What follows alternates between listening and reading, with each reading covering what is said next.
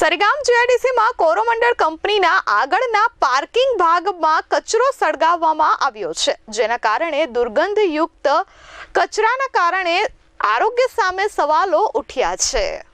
ઉમરગામ તાલુકાના સરીગામ જીઆઈડીસીથી એક મહત્વપૂર્ણ સમાચાર સામે આવી રહ્યા છે। સરીગામ જીઆઈડીસી વિસ્તારમાં પર્યાવરણને નુકસાન પહોંચાડતું ગંભીર કૃત્ય સામે આવ્યું છે। જીપીસીબી કચેરી નજીક આવેલી કોરોમંડલ કંપનીના આગળના પાર્કિંગમાં અજાણ્યા શખ્સોએ કચરો સળગાવ્યો છે।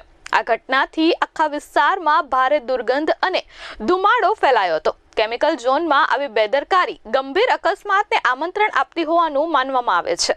પર્યાવરણ અને સ્થાનિક લોકોના આરોગ્ય સાથે ખુલ્લેઆમ ચેડા કરવામાં આવી રહ્યા છે। ઘટનાને લઈ જવાબદાર તંત્રની ભૂમિકા પર પણ અનેક સવાલો ઊભા થયા છે। આવા અસામાજિક તત્વો સામે જીપીસીબી દ્વારા કાયદેસરની કડક કાર્યવાહી કરવાની લોક માંગ ઉઠી છે। પાર્કિંગમાં ભરેલા તેમજ ખાલી કેમિકલ ટેન્કરો પણ ઉભેલા હતા। આવા સંજોગોમાં જો આગ લાગી જાય તો જવાબદાર કોણ? પ્રદૂષણ ફેલાવનારાઓ સામે તાત્કાલિક પગલાં લેવાની માંગ હાલ તેજ બની છે।